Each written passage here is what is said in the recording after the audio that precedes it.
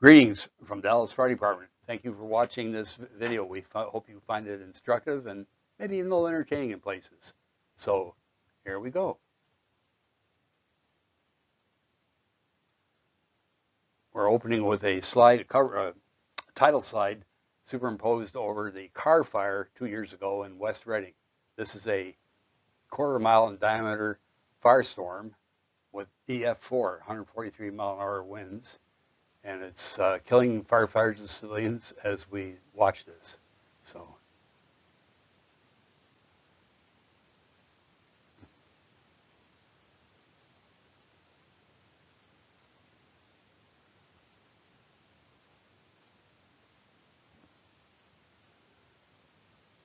now this is an extreme example. Hopefully you would only run across this once or twice in a career, but they better be. So this program is in 2 phases. And phase 1, which will define the problem and talk about structure triage, including some local examples.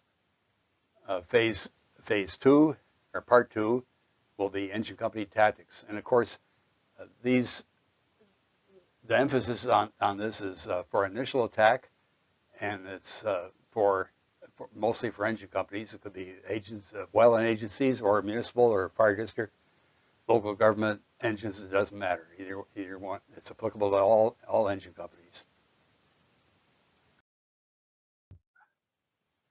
So you might remember, if you're old enough, the Pogo cartoon strip in which he states at one point, "We have met the enemy, and guess what? It's us."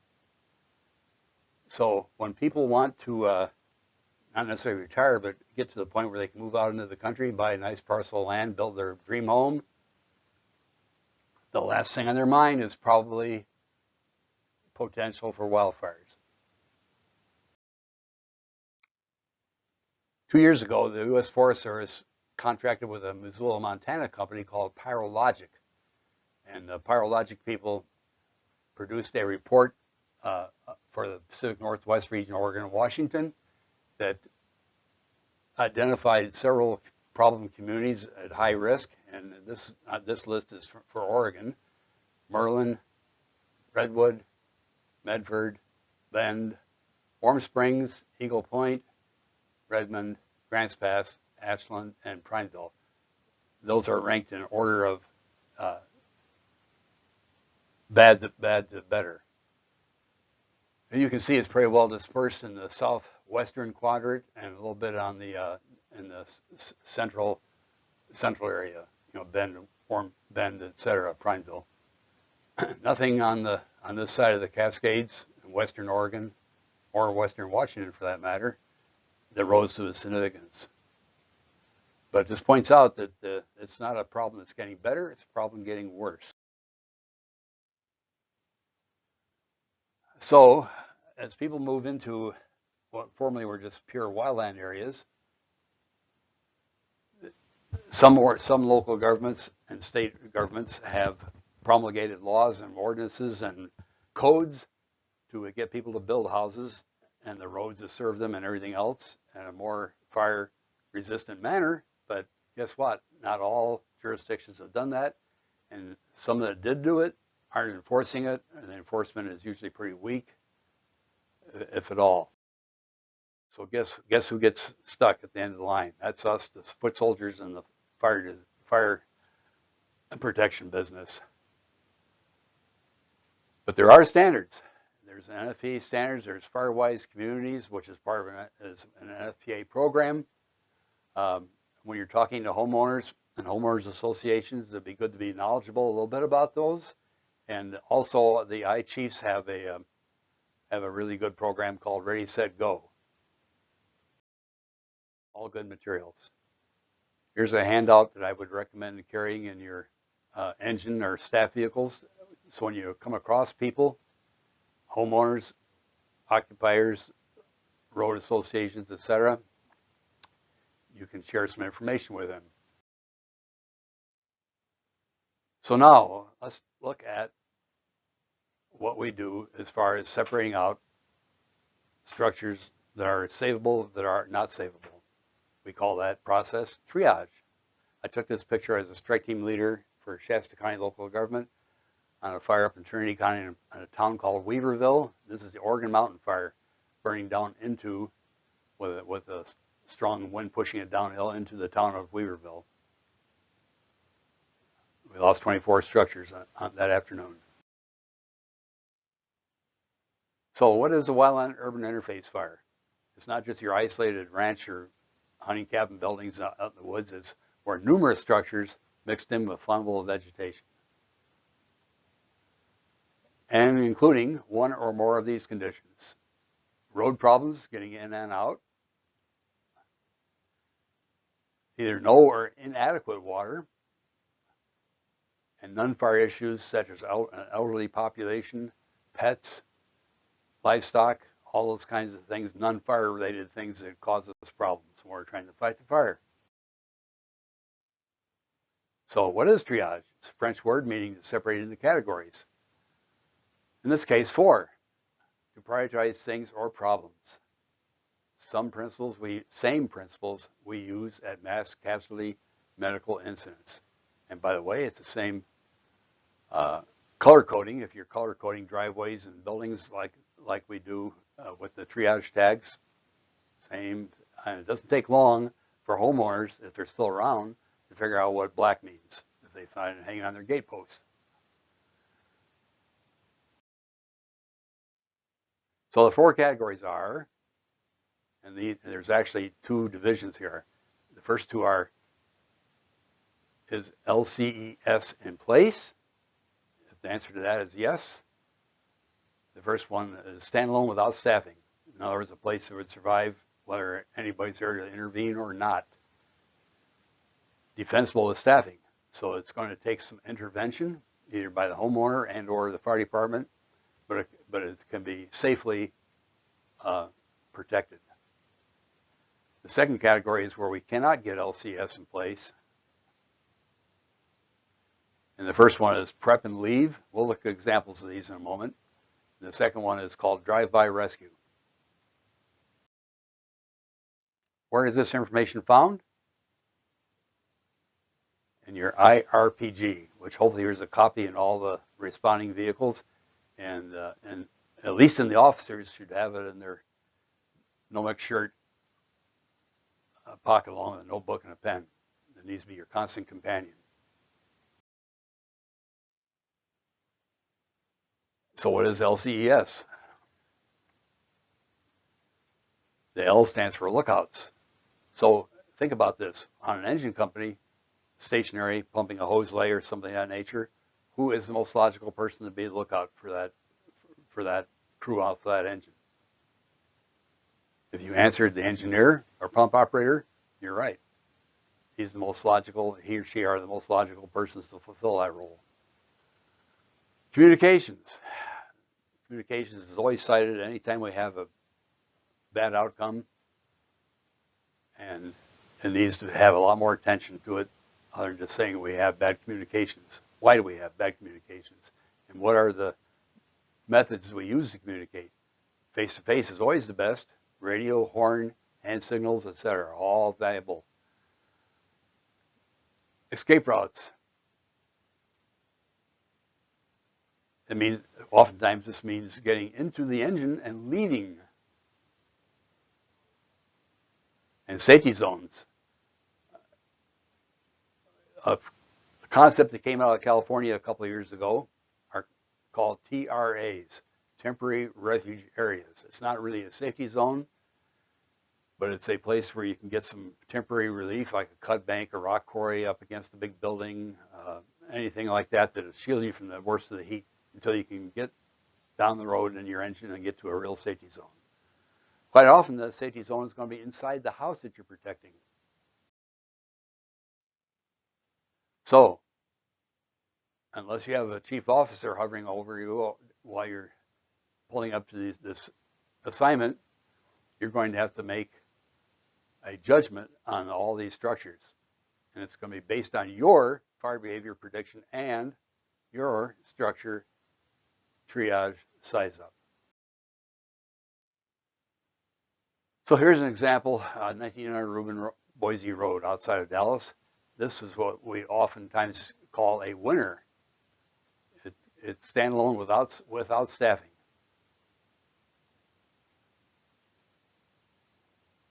If we have lots of engines and not much fire, we'll probably staff it. We can also, with a little coaching, have the homeowner take care of their own property. But in any event, with little or no intervention, this place will weather a fire okay. Second category is defend with fire department staffing. So here's an after the fact example, and as you can see from that big center cone in the Central Oregon area. And you can see here that two things have gone on before.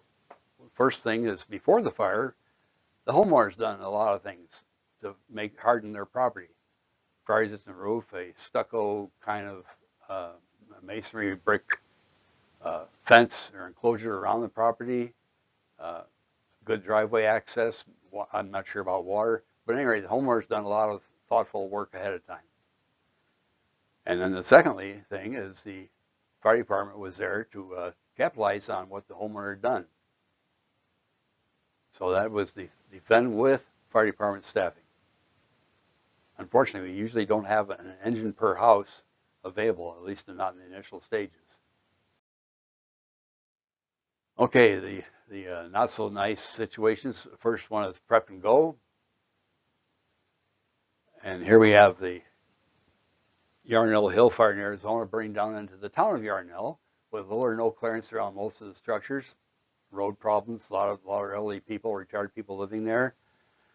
And about all you can do there is, if time allows, if you have a little bit of time, is prep the structure and leave.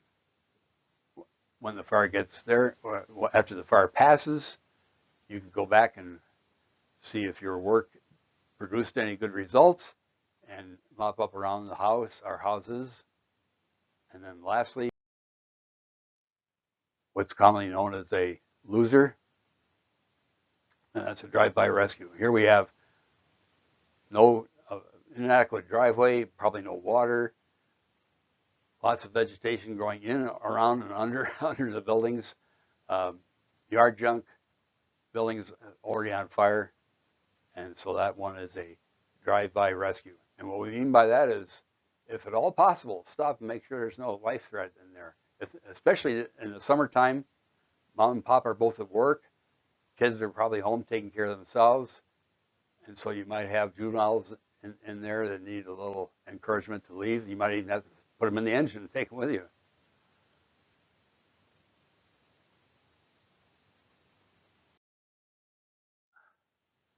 Here's an example of a very nice house, but they hadn't given much thought to the fact they lived in a tinderbox, and that someday Mother Nature would send a fire their way to clean that up. So what makes a structure hopeless? No vegetation clearance. So ask yourself, how much is enough?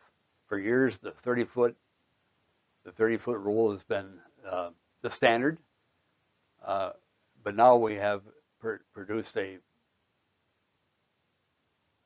formula that's a little bit more realistic, and that is the ignition zone right around the house, 10 feet around the house, ignition zone, and out 30 feet, where you want to have very little flammable vegetation, and then the next 70 feet for a total of 100 feet. And you gradually feather it into the wildland fuels. So the real answer here would be at least 30 feet, 100 feet is preferable, and if it's on a hillside with fire below you, you need even more. Poor access, narrow driveways, no turnarounds, flammable construction,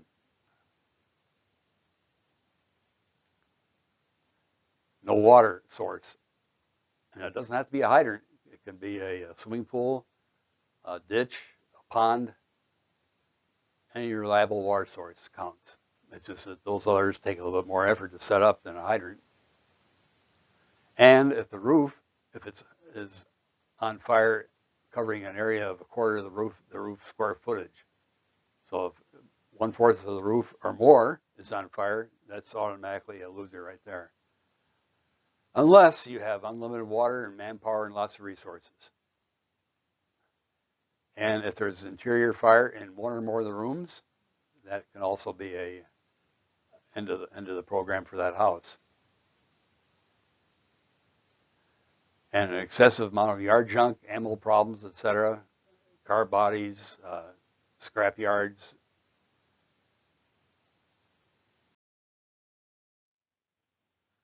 Occasionally you're going to run across an area like the street here where all four of those categories exist. So your job is going to be to sort out which are the ones that you can save with the minimal risk to firefighters and apparatus. And once again, if you cannot get L.C.E.S, that's 4 things, not 3 out of 4, all 4 things, do not commit.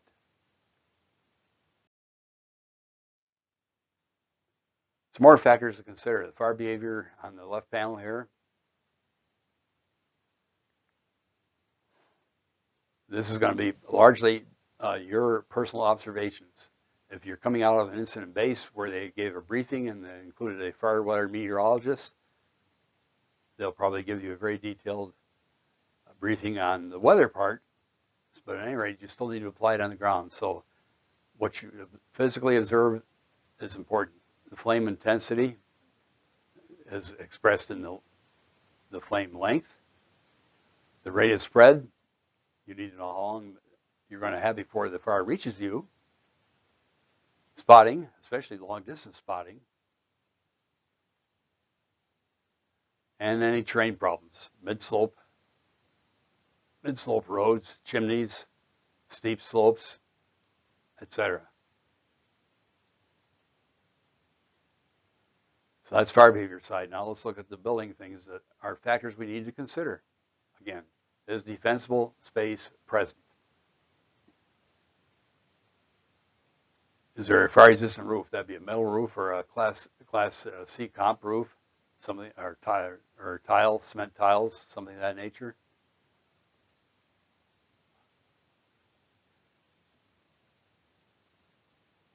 Water source. Is there a water source? Either at the property or within a reasonable distance to go and refill. Is there access and turnaround issues?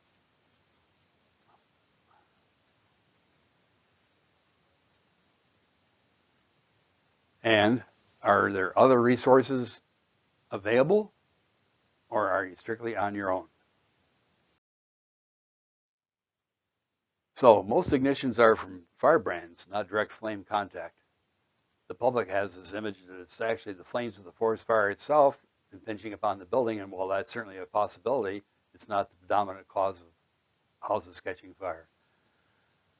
We're going to look at an insurance company produced video called Wildfire Ember Highlights, in which they build a building inside of a lab, then they make the landscaping, etc., around it realistic, and then they fire up wind generators and pour burning fuels into those generators and produce a wind-driven ember shower hitting that building. Let's watch this video.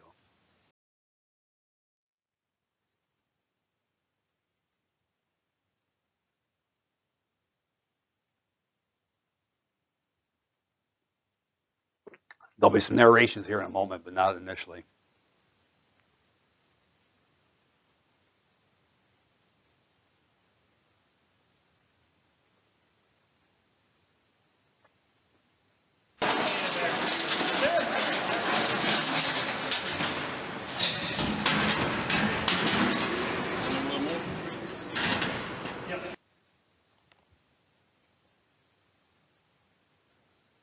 They refer to mulch, we would probably call it bark dust here.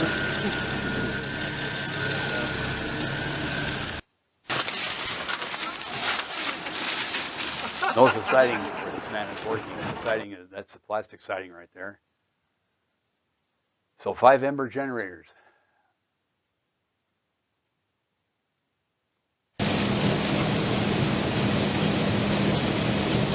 People Porter had a nickname for this machine, something about Dell, something of that nature. Remember the threshold value.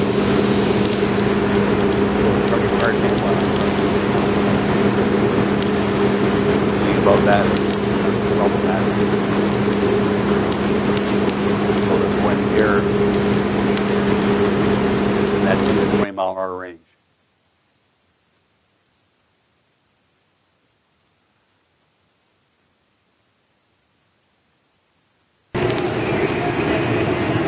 Vinyl gutter,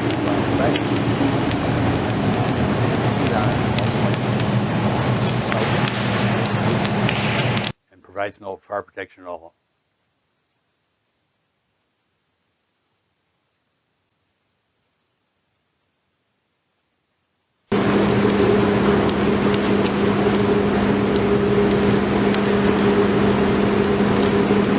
One of the things that's very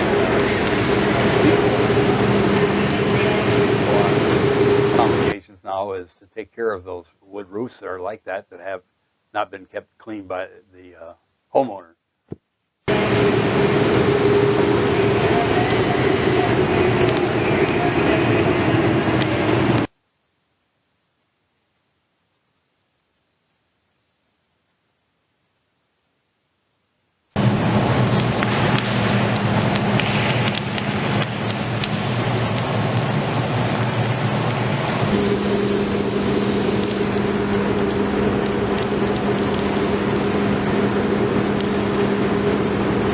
Recommend a lot of have flammable that should be either bare ground, lawn, or rocks. Fiber cement siding, commonly known as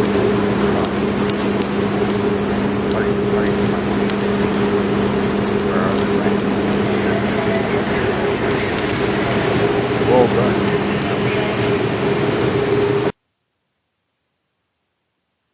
Mesh screens. If it's not metal mesh, it doesn't much matter. If it's most attic vents that you buy at the building supply are going to be plastic screen because all they're interested in is keeping insects and critters out. So you might have to retrofit your own place with a metal hardware cloth screen over those openings, both for the attic and for the subfloor.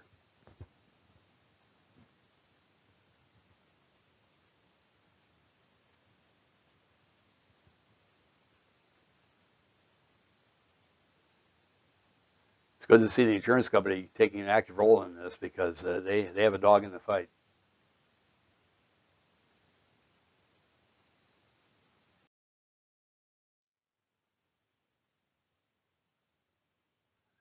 Okay, 2 years ago in the hills west of Redding, California, there was a fire called the Carr Fire, C-A-R-R is the name of a powerhouse, PG&E powerhouse.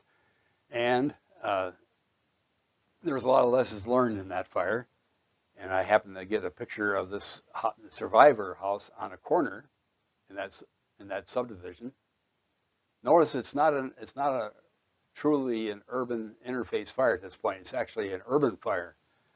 But this house survived, so we have to ask ourselves, why did he survive and all the neighbors' houses burned down? They were probably all built about the same time. So in this case, the mere fact he was on a corner lot and had a road on two sides was a plus. And a fire-resistant roof. Stucco walls, exterior walls were stucco. So it had a lot of things going for it. And maybe, just maybe, the homeowner or somebody in that family stayed behind to do what they could to protect their investment, or at least did all they could before they evacuated, like shutting the blinds and things of that nature.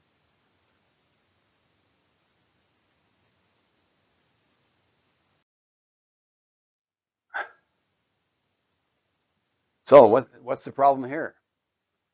Remember I mentioned yard junk?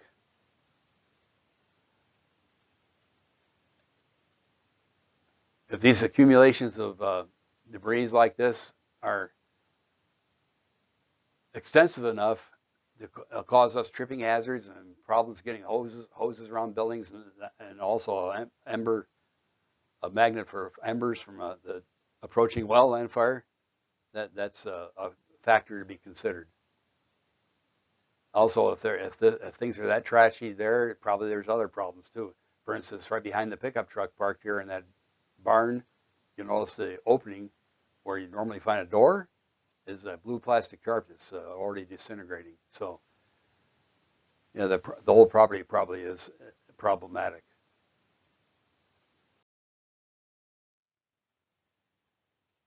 So here we have some examples in all four categories that are local and locally. I took these pictures locally. So as we go through these, be taking notes, or at least using a good memory and deciding which ones you would put in what category. If you have the Oregon State Fire Marshal's form that we used for triage, that'd be an excellent tool to use at this time. If you don't, just any piece of paper will do.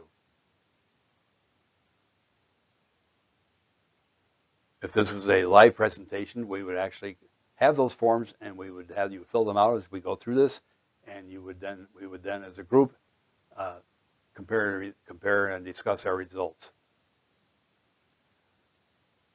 Let's take a general look at the area. Well, first we're going to look at the State Fire Marshal's form. Structure Protection Checklist. Once you get used to using this, it can go fairly rapidly. But if it's the first time you saw it, it'd probably take you more time to fill it out than you really have available. Typical fuel conditions for the area we're going to be taking a look at. I took these slides in late summer, and you can tell by the appearance of the vegetation that it's moisture stressed. Poison oak leaves starting to turn red is the most common visual indicator around here of the condition of the vegetation. There are other things also. Of course, the grass has been dry for some time. Very continuous fuel bed throughout the whole area. By the way, not all fuels are natural. You can have a fairly significant urban interface fire right in the middle of town.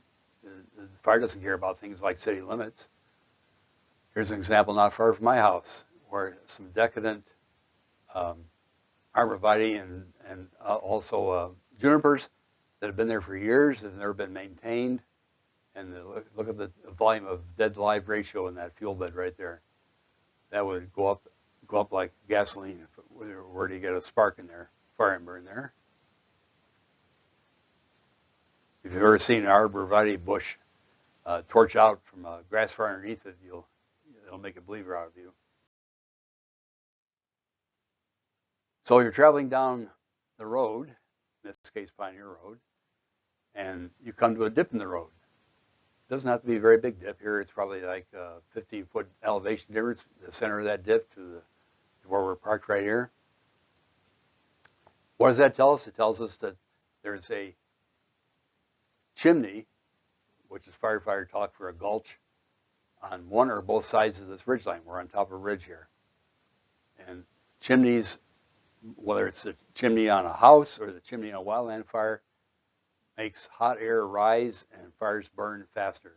So you do not want to stop or try to hold the fire in those places if you can avoid it. You need to have a little intuition and a little sixth sense about the terrain that you're in, especially when it's covered with vegetation. Here we're looking back towards Dallas. We're looking south.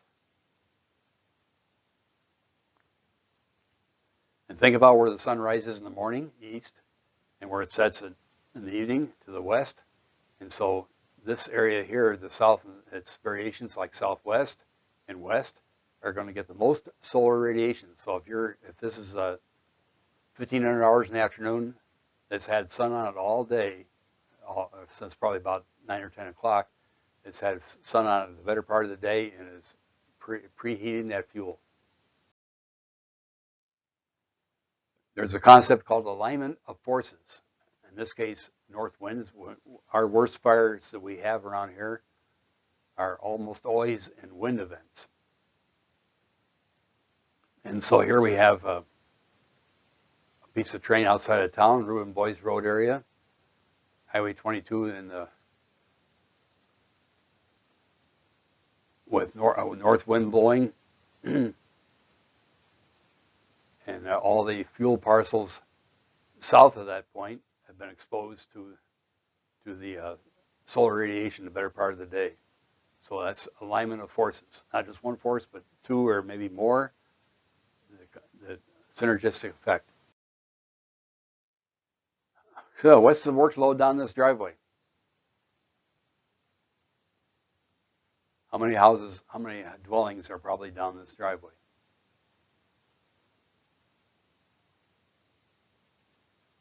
If you said 9, you were correct. And that's not just 9 buildings, that's 9 separate addresses that might have multiple buildings. Meanwhile, at 1205 James Howe Road, we have a place that looks like it could stand alone. What do you think?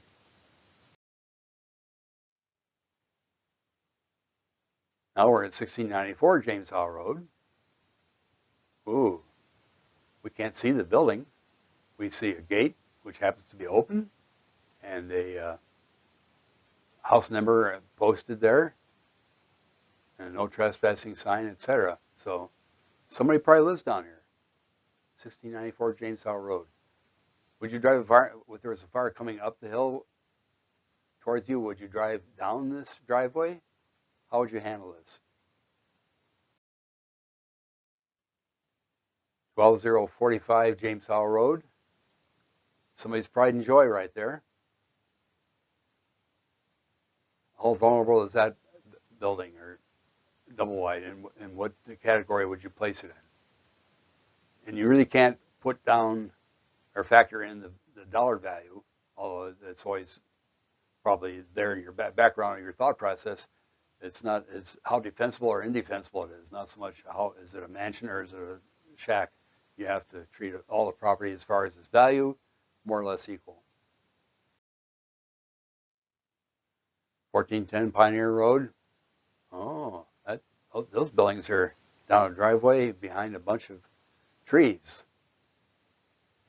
Should we just write this off and call it indefensible or what? What do you think?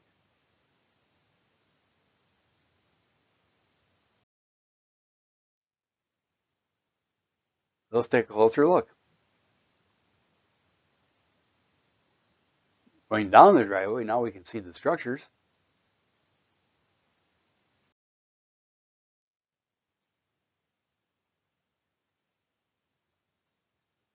And lots of fuel.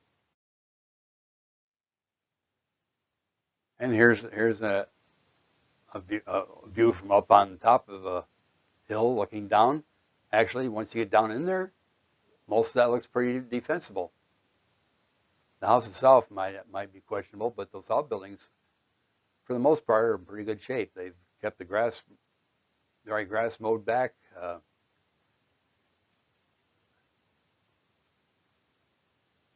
You would have a fighting chance there if you had enough resources to save all those buildings.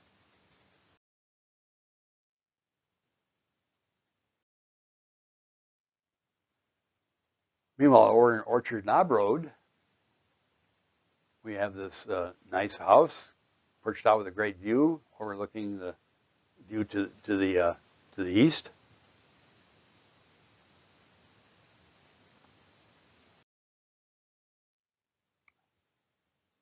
And if you have a Google Earth capability, you could see what's actually there. It's not near as bad as it might look from the road.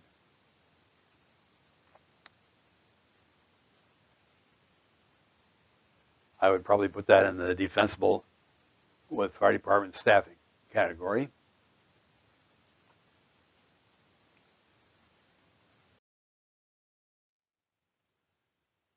So remember, structure triage is a learned skill. It's not something the only time you think about it is the first time you have to use it. You cannot wait for a fire, but do size up structures as part of your training. That's just like everything in the fire service. It's always to play the what if game. What if, what if?